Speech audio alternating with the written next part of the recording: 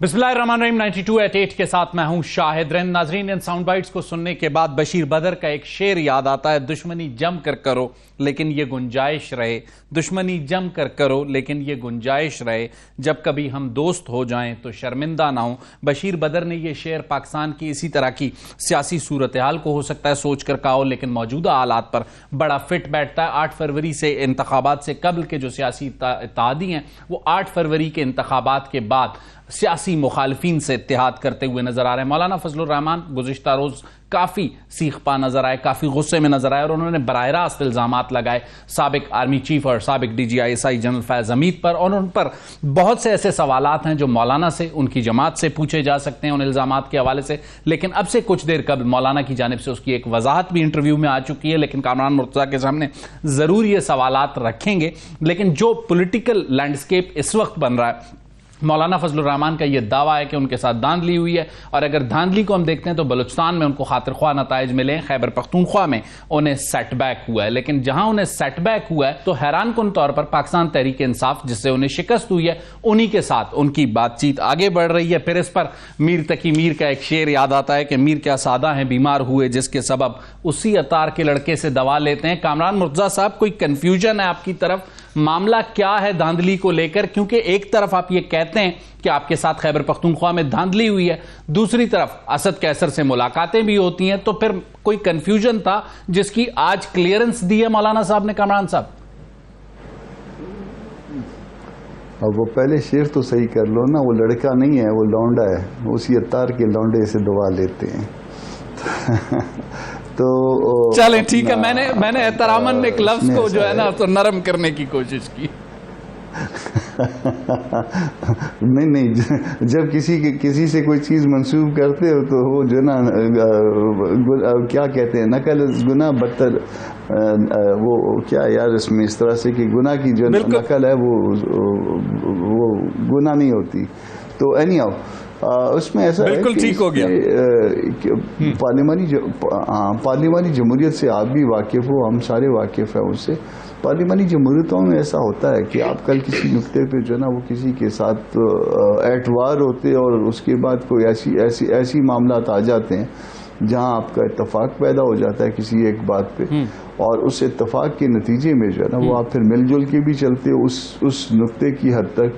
तो इसमें कोई हर्ज वाली बात आप ना देखिए इसमें कि कल जो है ना वो हम इख्तलाफ कर रहे थे, आज इत्तफाक किसी एक चीज़ पे कर रहे हैं, मगर वो इत्तफाक का मतलब ये नहीं है कि वो हमारा हिस्सा बन गए या हम उनका हिस्सा बन गए।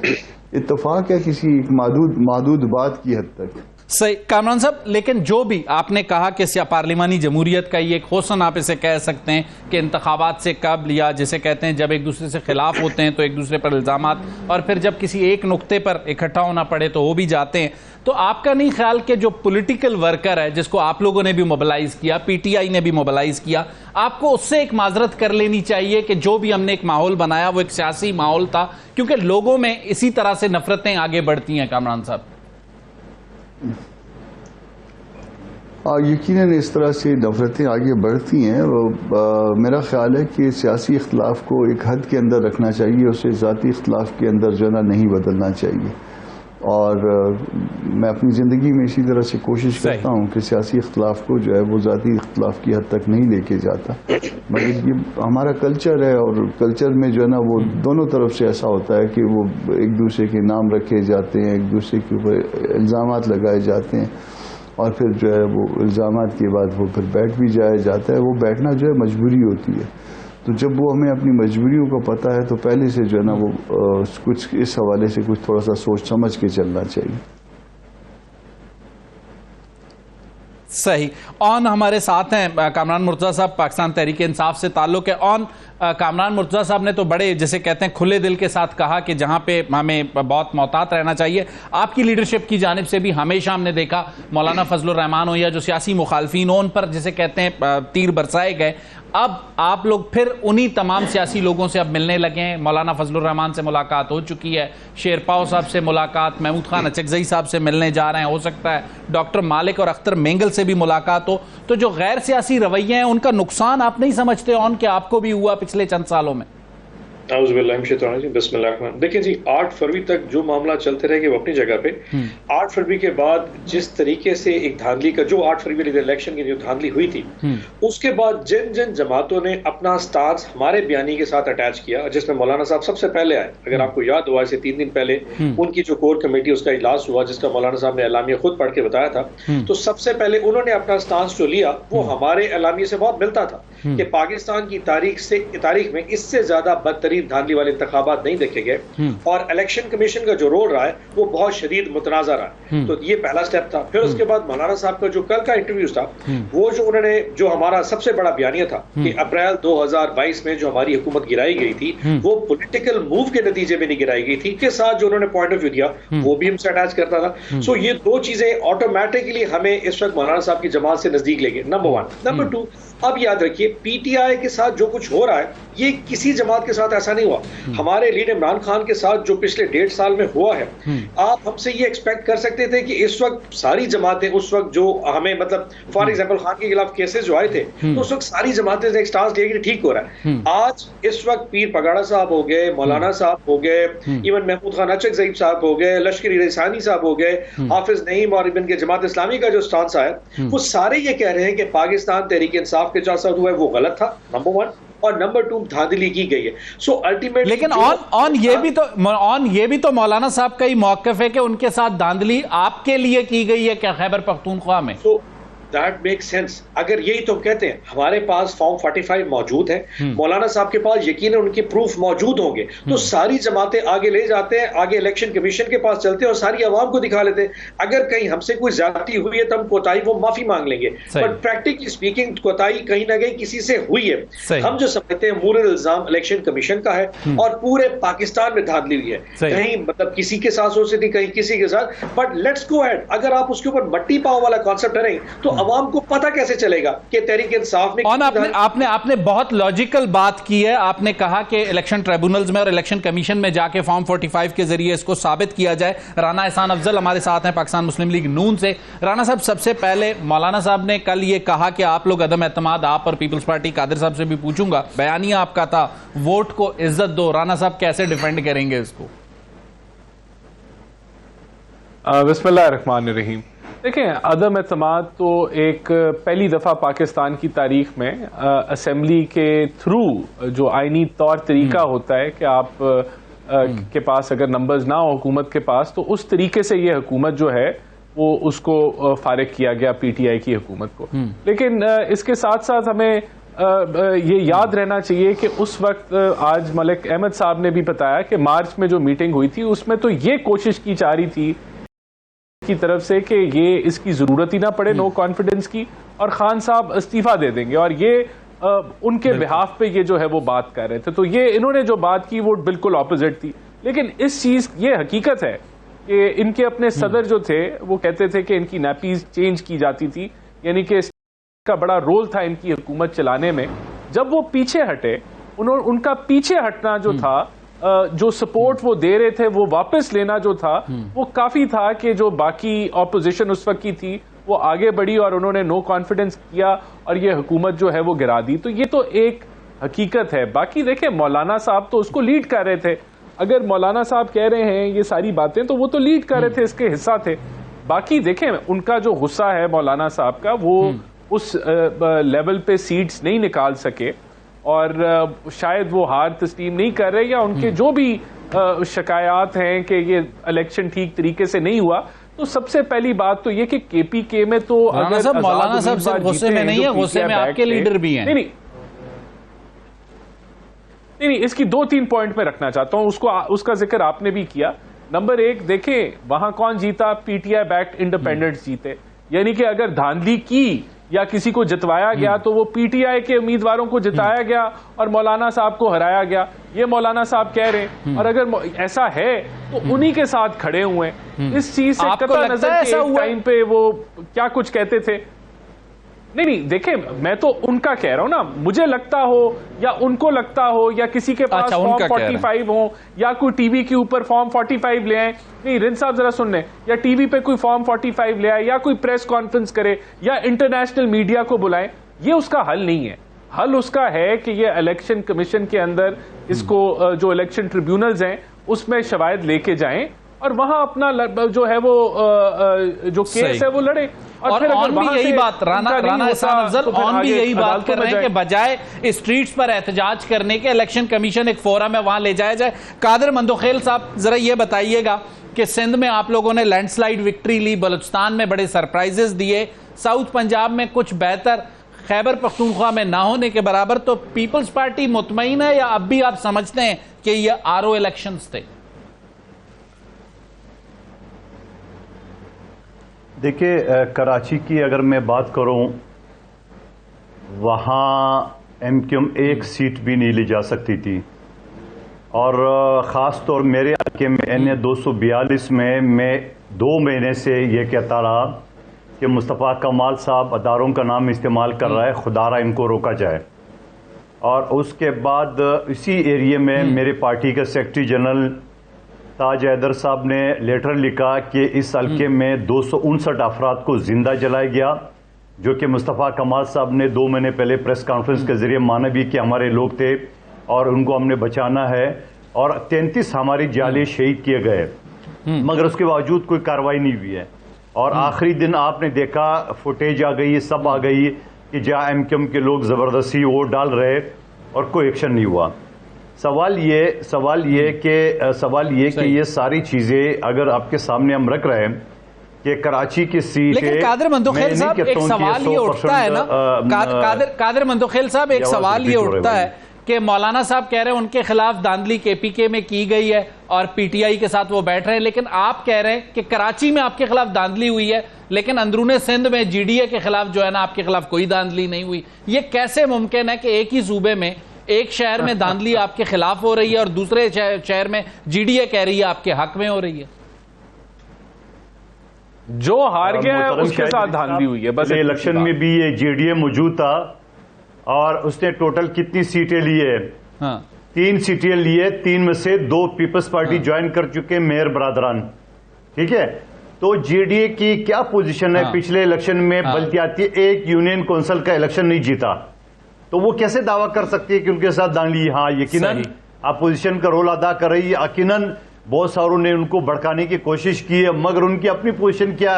आपको पिछले बल्दियाती जो 1 साल पहले हुआ था या 2018 के इलेक्शन में, उनका रिजल्ट आपके सामने नहीं है। देखिए, बात यह है कि जहां कोई पोजीशन हो, PTI अगर शोर कर रही है कराची में, तो यकीनन वो काफी हद तक जायज भी है। उसकी वजह यह कि 2018 में जिस तरह भी हो तो उनके पास सीटें तो थी। कामरान मुर्तजा साहब, राना एहसान अफजल साहब ने बीच में एक लुकमा दिया कि जो हार गए हैं वो कह रहे हैं धांधली हुई। आप इत्तेफाक करते हैं राना एहसान अफजल से? राना साहब अगर यही बात 2018 में भी कहते तो अच्छी बात होती। बात यह है कि हमारा हर इलेक्शन जो है वो धांधली ज़्यादा होता है, हर इलेक्शन। उसमें धांधली जो है वो लोग खुद भी, मतलब जो लोकल सतह पे भी होती है, यानी कैंडिडेट खुद भी करता है, ये पार्ट ऑफ आवर कल्चर है। मगर असल धांधली जो है वो निज़ाम जब धांधली करता है और सिस्टमेटिक और अदारों के हवाले से जो धांधली के मामलात हैं, जब तक वो धांधली ख़त्म नहीं होगी। छोटी मोटी धांधली है, 100 वोट एक ने डाल लिए, 50 दूसरे ने डाल लिए, 50 प्लस माइनस हो गए, उससे जो है ये तो कैंडिडेट की सतह की धांधली है। मगर जो बड़े धांधली है आपके जो ना वो जो बैग्स हैं, बैग्स के अंदर कुछ पड़ा हुआ है, फॉर्म 45 कुछ है, फॉर्म 47 कोई और है, फॉर्म 49 कुछ और है, और इसके साथ साथ नोटिफाई कर दो उसको। तो इस तरह की धांधली, और उसको कहो कि अब आप ट्रिब्यूनल चले जाएं। ट्रिब्यूनल में आपको हमारे अपना डिप्टी स्पीकर साहब का केस अब याद होगा कि वो कब लगा है, जब इलेक्शन फारिग हो, जब वो टर्नओवर फारिग हो गया। एक और केस था, याद है, एक और केस था, वो मैं चला रहा था उसको, वो लगा था एक नहीं 2 टर्नओवर, दूसरे टर्नओवर की जो है ना वो फारिग होने वाला था, तब लगा था, यानी अराउंड 10 साल के बाद।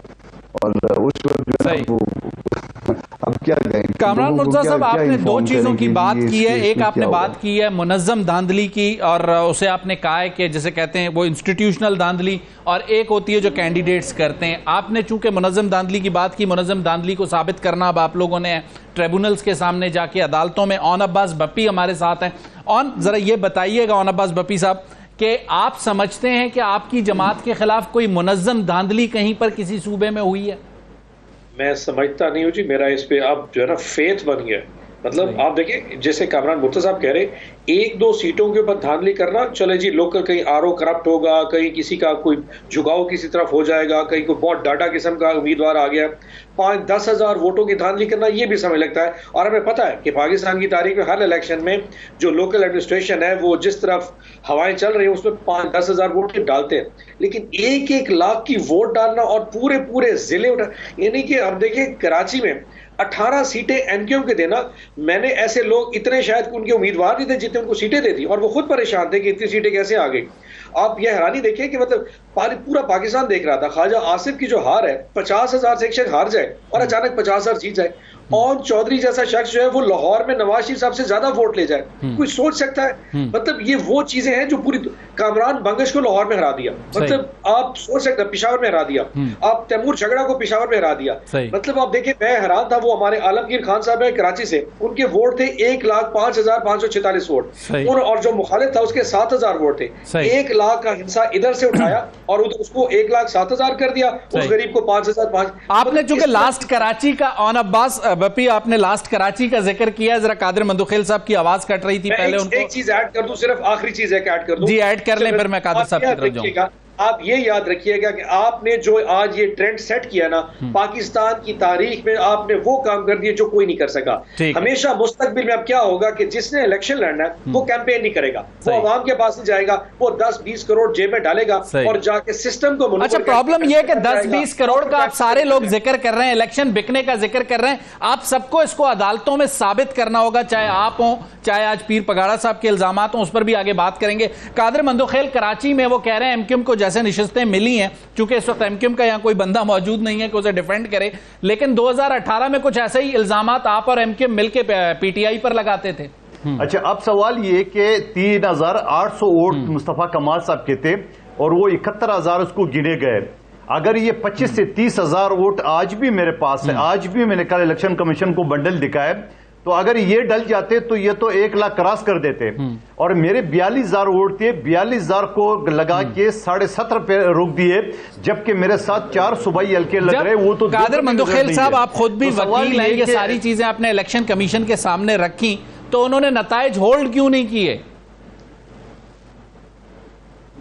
देखिए, ये एक बात ये होता है ना कि यहाँ पे एक और टेक्निकली कामरान मुर्तज़ा साहब वकील जानते हैं, यहाँ पे ये होता है ना कि जिसको 3rd नंबर पे रखा जाए उसके पास वो राइट खत्म हो जाता है रिकाउंटिंग का। मुझे रखा गया 3rd नंबर पे, उनको पता था कि फैसल वाडा साहब का और शहबाज शरीफ साहब को मैंने इस इलाके से कैसी छुट्टी करा दी है, वो तो दुनिया ने देख लिया। उनको पता था कि ये भी यही करेगा, मुझे 3rd पे रखा, यानी 42,000 वोट कम करके आज भी बैलेट बॉक्स खोले जाए तो मेरे 42,000 से ज्यादा वोट मौजूद है वहां पे।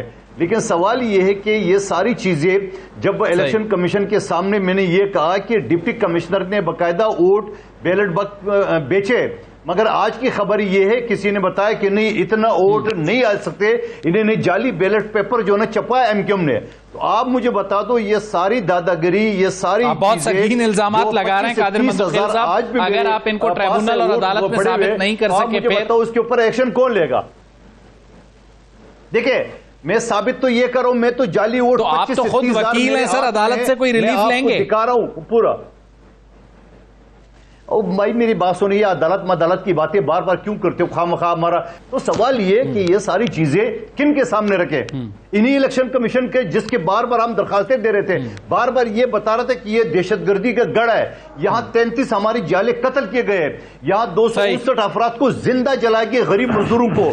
और मुस्तफा कमाल साहब ने कहा ये तो हमारा सिग्नेचर है, ये बता, ये अगवा करना, ये तो हमारा सिग्नेचर है एमक्यूएम को, और ये राके एजेंट है, अल्ताफ हुसैन दहशतगर्द है, ये सारी कादिर मंदुखेल साहब, यहाँ 1 मिनट के लिए आपको रोकूंगा, एक छोटी सी ब्रेक हमने लेनी है, ब्रेक के बाद आएंगे, इन्हीं बातचीत को आगे बढ़ाएंगे और आगे जरा वे फॉरवर्ड पे भी बात करेंगे। और पीर साहब पगारा ने आज कुछ निशानदेही की है, कुछ चीजों की सियासी लोगों के सामने रखेंगे उनके तहफ्फुजात को, एक छोटी सी ब्रेक के बाद।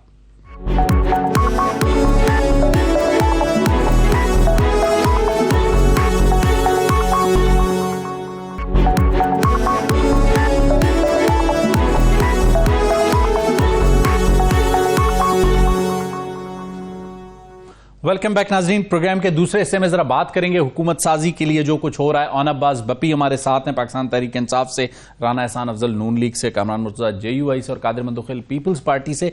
ओन अब्बास बप्पी साहब, अभी थोड़ी देर पहले बैरिस्टर सैफ ने जब मुलाकात की है पेशावर में जमात इस्लामी की लीडरशिप से और शेरपाव साहब से, वहां उन्होंने ये कहा है कि मरकज और पंजाब में वो अपोजिशन में बैठ रहे हैं। तो मतलब ये फैसला हो चुका है कि आप अपोजिशन में बैठ रहे हैं हुकूमत के लिए या वजारत उज़्मा की दौड़ के लिए आप लोग उम्मीदवार नहीं हैं? ओन अब्बास बप्पी, मैं ये कह रहा था रिन साहब कि अगर तो देखा जाए धांधली से पहले तो हमारी तकरीबन 170 के करीब नेशनल असेंबली की सीटें थी और तकरीबन इतनी सीटें पंजाब असेंबली में थी। धांधली होने के बाद जो नंबर्स इस वक्त सामने आ रहे हैं उसके मुताबिक तो अब हुकूमत बनाना मुश्किल लग रहा है, जो कोई इलेक्शन कमीशन कर चुका है। अब प्रैक्टिकली देखें तो टीवी पे हमारे नंबर्स 93 आ रहे हैं नेशनल असेंबली में और पंजाब में 132 आ रहे हैं। और जिस तरीके से पाकिस्तान तहरीक इंसाफ के आजाद और हिमायती उम्मीदवारों को उठा के शामिल किया जा रहा है नून लीग में, उससे तो लग रहा है शायद 200 की यानी कि 2 सेंचुरियां मुकम्मल कर लेंगे पंजाब असेंबली में। सो प्रैक्टिकली लग यही रहा है कि शायद हुकूमत हम ना बना। और नेशनल असेंबली में आपके खदशात क्या हैं ओन अब्बास? खदशात बड़े सिंपल है। हमारी 93 सीट्स हैं इस वक्त। अब यकीनन क्योंकि उनके नंबर पूरे हो चुके हैं पीपल्स पार्टी और इस वक्त नून लीग आपस में नंबर्स पूरे कर चुकी है।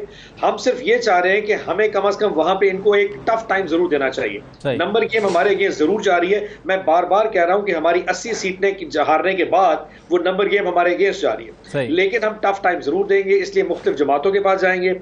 उमर अयूब साहब हमारे वज़ीर में उम्मीदवार होंगे और अगर वहां पे कुछ इस तरह की चीज हो जाती है तो शायद, लेकिन प्रैक्टिकली ये नजर नहीं आ रहा कि हम हुकूमत शायद वहां पे ना बना सकें। सो हम कल इंशाल्लाह पूरे पाकिस्तान में पूरा मन एहतजाज करेंगे, लोगों को बावर कराएंगे। देखिए पाकिस्तान में किस तरीके से एक मुनज़्ज़म धांधली करके पाकिस्तान की सबसे मकबूल जमात को किस तरीके से उठा के अपोजिशन में फेंका गया।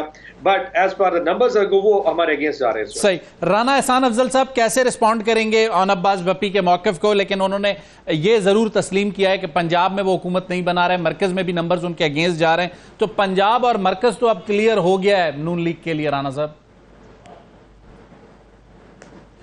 देखें, शायद रिन साहब मैं यहाँ एक बात करना चाहता हूँ। देखें, ये जो धांधली के इल्ज़ामात हैं, पुरअमन एहतजाज करना हर एक का हक है। धांधली के इल्ज़ामात डेफिनेटली जो मर्जी हमारी जुडिशरी की रैंकिंग हो बड़ी बुरी है, लेकिन हल वहीं से निकलेगा, इलेक्शन ट्रिब्यूनल से और अदालतों से, तो वो रास्ता है।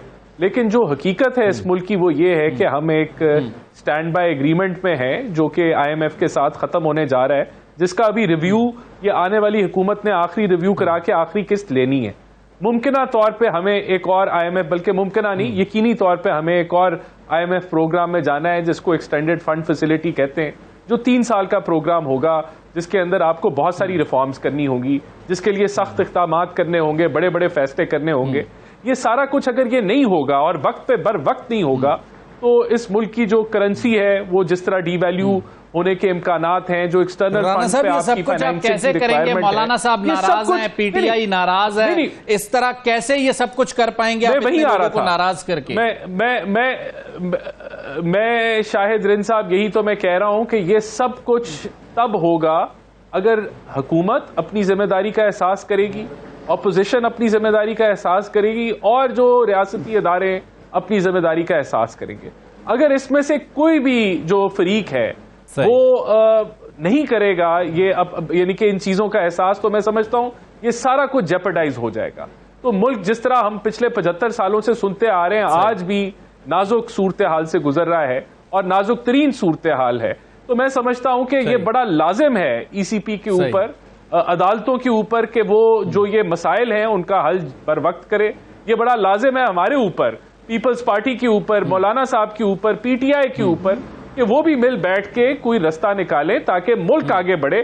क्योंकि अगर मुल्क आगे नहीं बढ़ेगा, ये हमारी लड़ाई झगड़ा तो चलता रहेगा, चलता रहा है और आगे भी अगर चलता रहेगा तो ये कुछ जो सूरत हाल, जो मुल्क की सूरत हाल है वो बद से बदतर होगी। सूरत में चलता रहेगा जब मुल्क में इस्तेहकाम होगा, ये जो एहसास है, सियासी इस्तेहकाम होगा, तभी आप लोग कुछ लड़ाई झगड़ा कर सकेंगे। राना साहब 1 मिनट के लिए आपको रोकूंगा। बिल्कुल।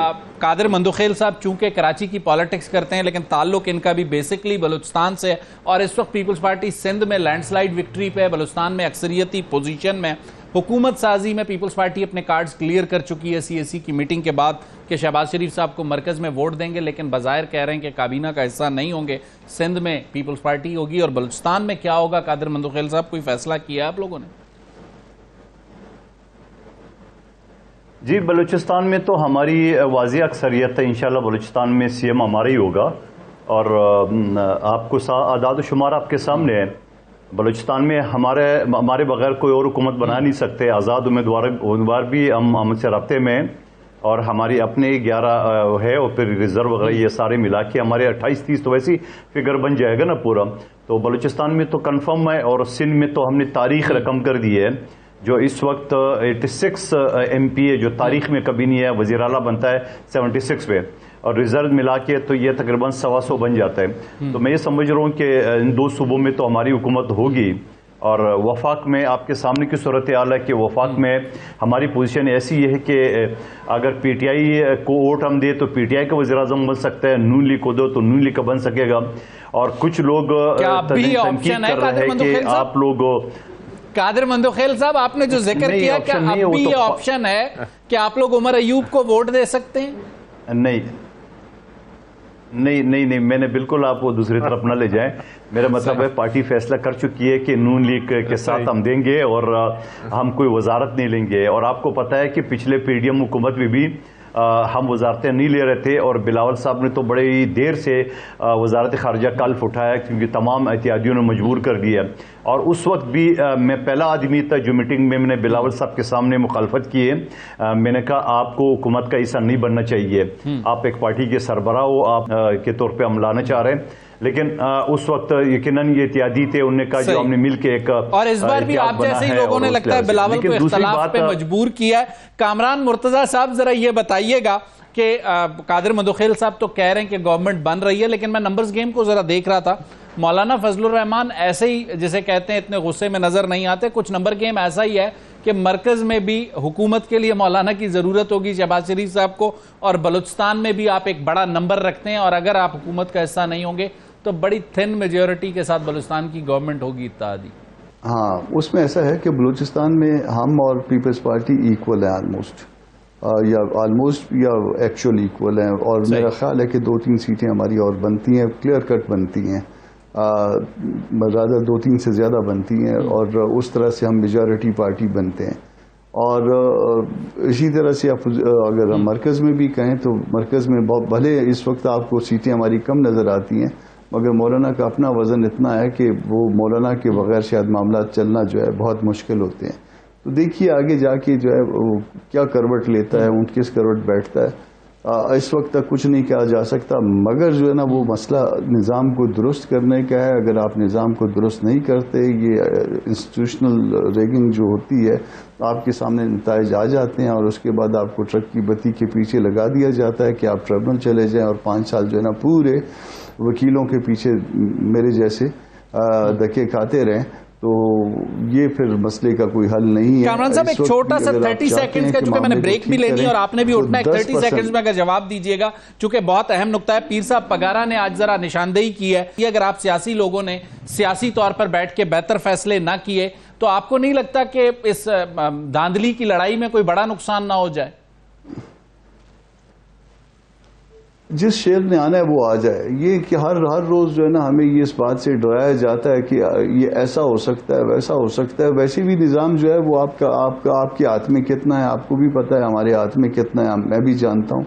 तो अगर होना है तो कर लीजिए। थैंक यू कामरान मुर्तजा साहब। नाज़रीन, एक छोटी सी ब्रेक लेंगे। कामरान मुर्तजा साहब ने कमिटमेंट की वजह से हमसे इजाजत ली है, बाकी 3 मेहमान हमारे साथ हैं। जरा आखिरी सेगमेंट में बात करेंगे कि क्या हो सकता है, इस धांधली के सारे माहौल को किस तरीके से नरम किया जा सकता है, क्योंकि इस वक्त मुल्क के जो चैलेंजेस हैं वो इस धांधली के इल्जामात से बड़े। एक ब्रेक के बाद तीनों मेहमानों से इस पर डिस्कस करते हैं।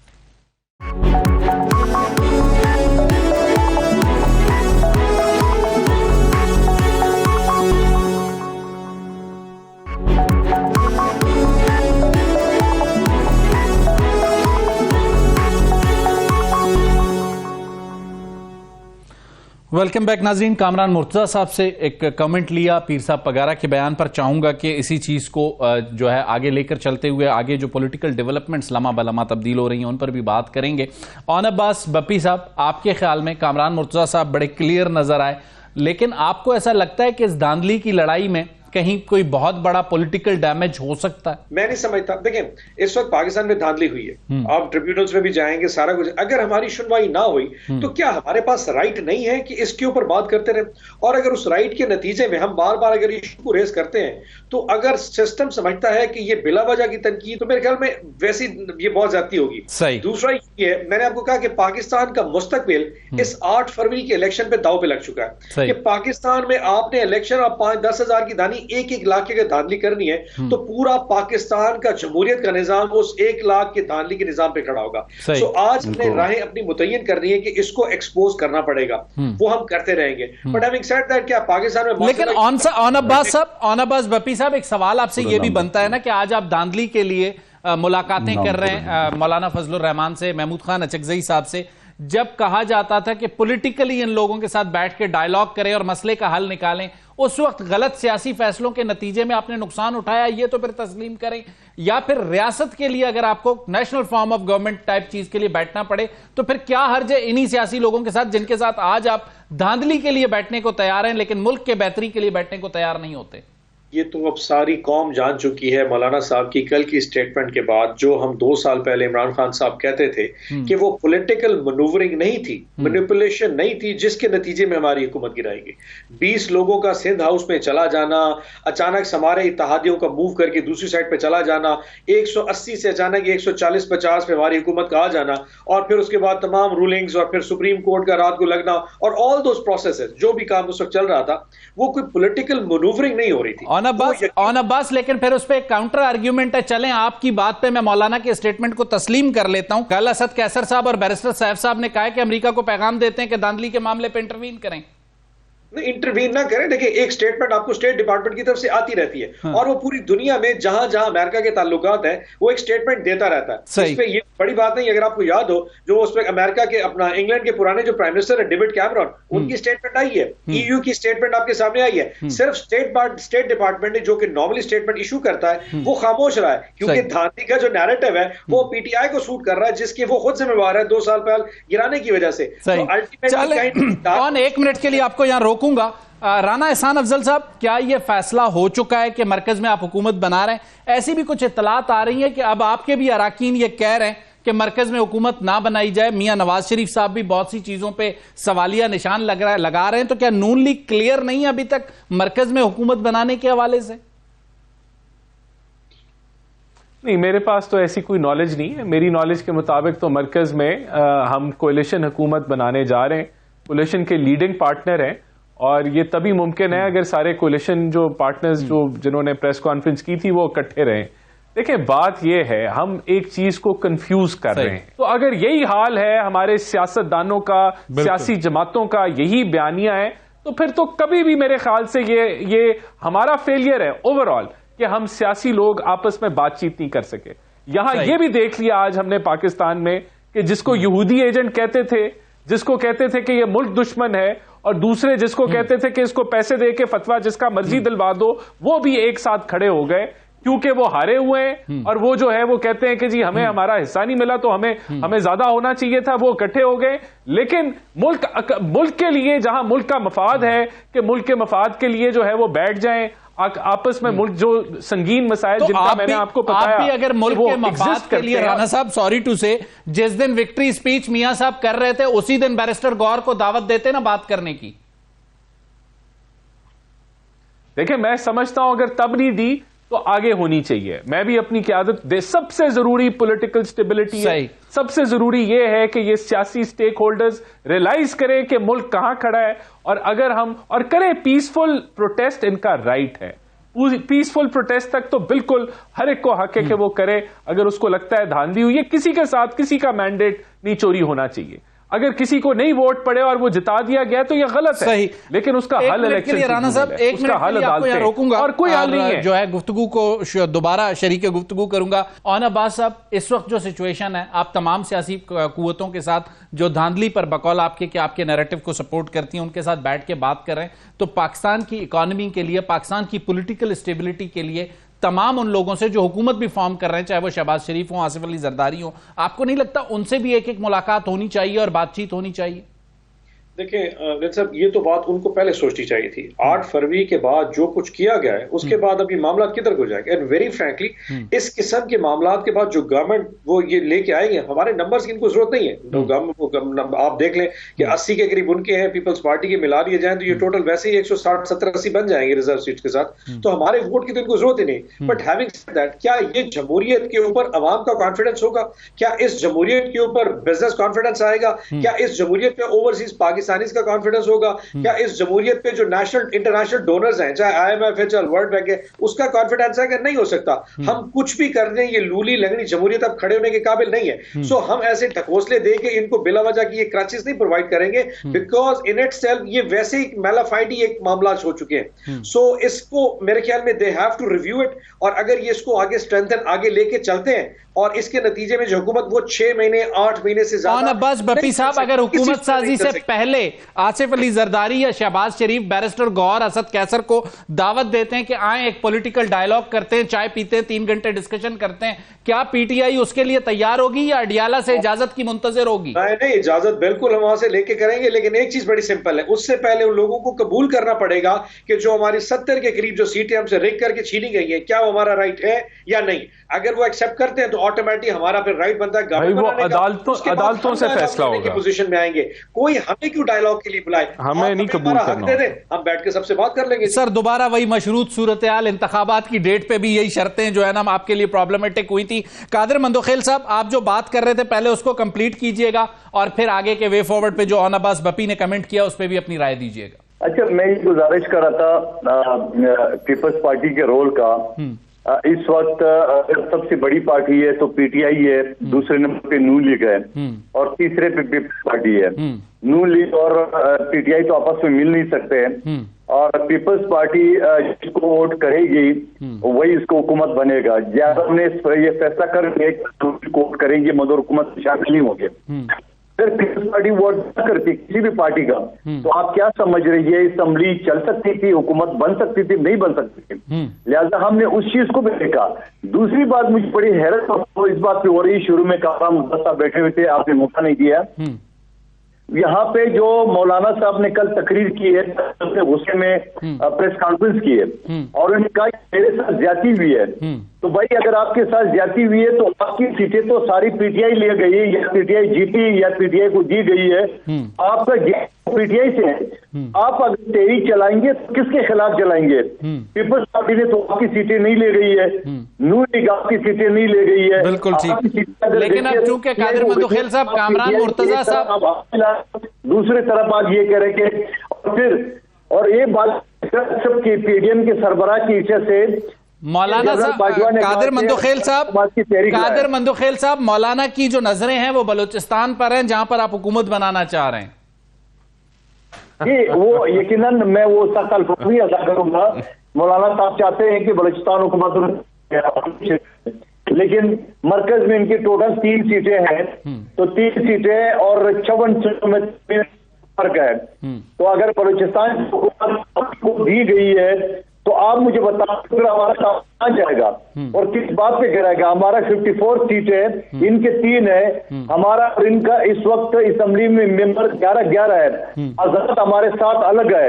अब मुझे बताओ, हक तो हमारा बनता है। बिल्कुल ठीक है कादिर मंदोखेल साहब, वक्त की कमी की वजह से आपका शुक्रिया अदा करूंगा, और ऑन अब्बास भप्पी साहब का, राना एहसान अफजल साहब का। नाज़रीन, इस वक्त जो मौलाना फजलुर रहमान का गुज़िश्ता रोज का बयान था, अगर उस बयान को सामने रखते हैं तो सबसे पहला सवाल मौलाना फजलुर रहमान से यह बनता है कि अगर वो अदम एतमाद जनरल बाजवा या जनरल फैज के कहने पे लाई गई थी तो क्या एक जमहूरी इत्तेहाद PDM के सरबराह को यह जेब देता था कि वो एस्टैब्लिशमेंट की लाई हुई इस अदम एतमाद का हिस्सा बनते, और इस अदम एतमाद के नतीजे में जो हुकूमत कायम हुई उसमें मौलाना साहब के साहबजादे, मौलाना साहब के भाई और रिलेटिव्स, गवर्नर और वफाकी वुज़रा रहे, क्या ये ओहदे लेने चाहिए थे? उस वक्त मौलाना साहब ने जब केयरटेकर गवर्नमेंट फॉर्म हुई KPK में पहली मरतबा, जिसे कहते हैं पोलिटिकल बैक्ड JUI फे की केयरटेकर गवर्नमेंट थी जिसे इलेक्शन कमीशन ने बरतरफ किया, क्या वो लेनी चाहिए थी? उस वक्त ये सारी चीजें मौलाना साहब को याद नहीं आई, लेकिन खैबर पख्तूनख्वा और बलूचिस्तान जहां 2 जगह पे वो हमेशा होल्ड करने की कोशिश करते हैं। बलूचिस्तान में उन्होंने खातिर ख्वाह नताइज लिए, 5 के करीब कौमी असम्बली की नशिस्तें और 11 के करीब सूबाई असम्बली की नशिस्तें, और इंतहाई दिलचस्प तौर पर बलूचिस्तान से जो उनकी 11 नशिस्तें हैं उनमें एक आधी कोई मौलवी होगा, बाकी सारे नॉन मौलवी हैं। लेकिन ये सारी चीज़ें जो मौलाना की टिकटों की तकसीम का मामला है कि उस पर भी मौलाना को देखने की ज़रूरत है कि खैबर पख्तूनख्वा में उन्हें नुकसान क्यों हुआ। ये सारी वो चीज़ें हैं जो मौलाना फजलुर रहमान को इन सवालों के जवाब खुद अपने कारकुनों को और अपनी आवाम को देने हैं। अगले प्रोग्राम तक मुझे शाहिद रिंद को इजाज़त दीजिए। अल्लाह हाफ़िज़।